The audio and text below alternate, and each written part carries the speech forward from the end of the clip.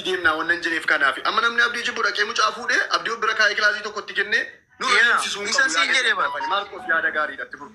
Yaa kanaaf si jedhe bara amma kun furmaatan ta'u jechuu barbaadeti tokkummaa wanni silama mucaa kana isa biraa baasaa jettanis furmaatan ta'u maaliif ittuma isin siyaasaa jirtu miti inni achi haala mijeeffataa jira namni mana kireessuu waan akkas akkatti hojjetaa jira namumayyuu ammuma namni jedhamooni waan biraa godhaa jiru kan dadhabame namuma keenyatu kabajaa waliin qabu siigalee soo maaltu gochuu qaba erga fuudhee baadiyyaa iddoo wayitti geessanii silkii markaa fuudhanii ji'a lamaan sadan tokko akkan of baratu gochuudha yoo danda'ame yoo dadhabame immoo biyya walii galtanii qarshii walitti buustanii lammata maqaan namaa hin jedhin waa qarshii wayitti kennanii biyya galchanii biyya baasaatii keessatti barbaadu ani wotaaddara jira dhaqee wotaaddara ta'ee mootummaa hojjetu. Malee mucaan kun biyya ormaa keessa amma fakkeenya aara dubbattanii baatan miti dhugaa waaqayyo mucaa kana guyyaa guutuu boorisiif taanis miidiyaa magariisa sin arrabsaa oola. Amma mubaarakiin arrabsaa jira. Mucaan nama arrabsoo dhaabu miti. Yoo waan namni maal naan jedhaa namni waan akkasii hin jiru mucaa keessa jiru mucaan kompiliitilii sammuu isaa nama biraadha. Maaliif akka mucaa kanatti ilaaluu dhabdantu naa galuu dide. Mucaan sammuun xiqqoo intinaa ta'ee jira. So kanaaf furmaati ani jedhee yaadu tokko baasanii bakkeetti gatuu miti. Namni sun waan namaan jedha. Yoo baastanii bakkeetti gattanis kanaan duras baasanii gatanii namni wal harkaa fuudhee mucaa kana jiraachisaa irraan ga'e. Mucaa nama labadee jira. Hojjetee nyaatu hin du'a malee. So wanni godhamuu qabu walii galaati. Yoo seeraaf kennu ta'e seerri amala mucaa warra dhibaree jira namni wallaalee hin jiru. Yoo hidhan illee biyyumatti biyyoo baasaa warreen ichootti adabanii biyyuma keessa jaanjee jiraataa jechuudha. Siigalee malee of biraa baastee bakkee geessitee kun furmaata jedhee yaadu ittumaa caalaa jira mucaan. Ammuma iyyuu caalaa jira. Ammuma kana taa'ee nama 3,000 kaatee wanni isin haasoftan kana rakkina isin haasoftan kana quban qabu. Nan baay'ee nan gatamaan jira quban qabu mucaan ammoo jechuudha. Maaliif already abdateera kanaan dura rakkina akkasii nagaree namni wal hirkaa fuudhee jiraachisee waan ta'eef. Nama keenya hin dandeessanii abdii Geetaachoo miidiyaa kanarratti baay'ee arrabsamnee sidhii dhugaa rabbinu galgalaa kanama arrabsamaa turre kanaaf sitti dhaga'amini jechuun barbaadaa galatoomaa yaaduma kana kennachuufi. Ifama garuu hin dhoogu.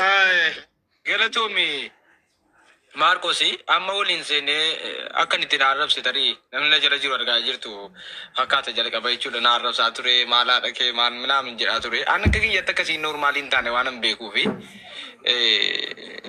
xiyyeeffannootti hin kennu garuu namni sichi mucaa kana biratti fuutan sifachuudha hin fuutan dhugaadha. Maraatus namni ittiin mucichuma arrabsaa beekama beeksisa hojjetataa hin beekamas hojii isaa isin beeksifata waan nuti beekne. Sini galee hin fedha jechuudha waa arrabsuu isaa kana jala dhokatee booda ofirraa dhiibaa jechuudha. Maal godha ofeennaatti hin beekame namni ofirraa dhiiba. Fakkeenyaaf abdii yookaan kiyyaa jabala arrabsiisa namni. Gaafa arrabsiisa ittiin beekame miti mucaan akkas minaamin jedhee mucaa ofirraa dhiiba sana booddee ofii carraa sanatti fayyadameera jechuudha mucaa bakkeetti gata. Kanaa mannaa gaafa ofitti qabdan maqaa namaan dhahin innaanni maqaa namaa dhahin kabaltu rakkoon qaba. Kaballaa kennituuf kaballaa gurratti kennaa rakkoon qaba. Jarki yaanatumaan jedhee dubbataa ture yeroo tokko. In kabaltunuma kabaltan bira. Xinqin miidhan waa xiqqoo si lashi gootan akka maqaa namaan dubbanne warra bira galchitan. Garuu bira galchitan. No. Tokkummaan da'u. Dhugaa waaqayyo la furmaati dhumaa mucaa kana gochuu dandeessan biyyatti galchaa. Dhugaa waaqayyo natu siniin jedhe. Kanuma furmaati dhumaa waan akka gochuu dandeessan. Rukutuullee dandeessu. Seeraan. Mucaa bira jira harkaa fuuchuudhaan naanis na didaara. Warra haaraa dubbachiifna maal jettare geggeessita bokkamre makiinaa fuudhute eessaa fiddeeti gaafa fiddu. Ani ajimaanii fichisiise abdiitu naa fide. Abdiitu naa na bira fide. Egaa akkasitti deebiftuu fi namni yaadatta kennu eessatti achitti gadi baaftee barannu makeetti dhiibtee asii wazaamaa sitti godhamoo ajimaanii bakka fiddetti deebiftamoo waan jedhu namu hordoftootuma namu warruma kana dhaggeeffadhu kanarratti ijoolleen haaraa dhufan kiyyaa kaliifaa fi maammeetu jiru irra dubbatanu sana booda dubbanna jechuu barbaade waan dubbachuudhaan dubbatanu kiyyaa fi kaliifaa maammee dubbataan dubbachuu ittan jalqaba kiyyaa. Jarri keenya salaamu alaikum akkam jirtu nagaadha. Waalaikum salaam wa rahmatullah. Ahmadiin tura kana gadaaba. Anillee reefan dhufeeyyuu waan isin itti murteeffattanis waan isin irraa mari'attanis wantan quba qabu hin jiru. Dhimma Ahmadiin natti fakkaata dhimmi isin irraa dubbataattanu. Ahmadiinii yaa kana abdigeetaachoo suuraa laxxafee karadhee dhufeenda dhaben kaleessa dhaqee jechuudha. Bichuudhuma siyyuu wallahi naqi miidheedhee eessa irtaa irbaata nyaannaa lookeeshiniin argennaan dide beektaa. Maaliif milaa mucaa kana wallahi mucaa kana likkii galchuun qallaalidha. Garuu hafuura nama keenyaa tajaajila beektaa. Keessattuu namni keenya namni jimmaa wanta ta'e miidiyaa irratti noo isaa gaafa ati waan sana immoo eenyu ta'uudha jettee deebiseedhuma sitti duula sii galee. Kanatu nu rakkise ammalaa abboo biyya kanatti waan bicuu sii namaan waasaappiidhaan jennee fiddaanu argaa ture nuti beeka kasasamee jechuudha. Kasasamnee arillam sooshaal miidiyaa irratti gadi baatee nama waan namni kiyyaasaa kee dakutuuf miti waan atamma jette kana waan booda dhufu jedhee nan liqimsuu dide malee wanta ta'e atamma jette kana laasiin garaana nyaataa turte dubbadhate.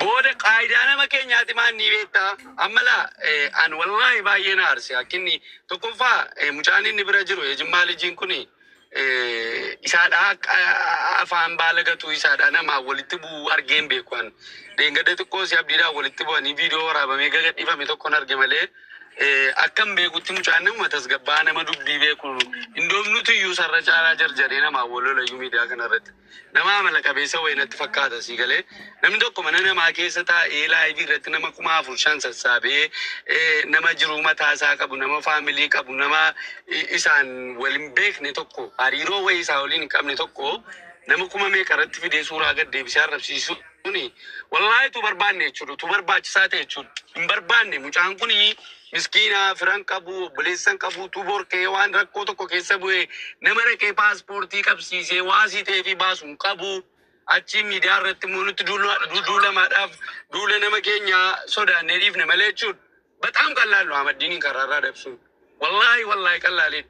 Unkaan isaa fi miti nama isa suuqii ofii keessa kaa'ate isa dirjitii ofii keessa kaa'ate nama arrabsiisuufu gochuufiin hin danda'ama si galee haa ta'u malee maraatuudha mucaan aqliin qabu yoo inni wayitii amma fakkeenyaa fi numa tofaa qallalaa jira dhugaa dubbachuudhaaf mucaan baalageedha abbaa argetta afaan bana mubaarik dhaqee mana isaa seenee arrafama abdiin dhaqee mana isaa seenee arrafama anumti dhaqee mana isaa seenee arrafama nuyi balleessaan tokkoffaa jechuudha si galee kanaafu jennaani yoo biyyi itti walii galee jedhee wallahi Ahmadiiniin karaarraa dabsuun bataam normaal no waan qallaalidhaaniin garuu boriitu numatti duulama si galee mucaa miskiina dhaqanii kana godhanii mucaa hojii hin qabne mucaa beelahaa mucaa maaltaa kana godhanii nuun jedhama bor numatti deebi'ama si galee hin beekna waan miidiyaa kanaa bakka namni keenya deebiseedhuma sitti duulaafi malee wallahi meetti waliigalaa murtee tokko murteeffadhaati Ahmadiin gadi bee nama tokko waa jedhume garuu boriitu isinuma Ani kiyya asaa kee- duulamatu wayitii.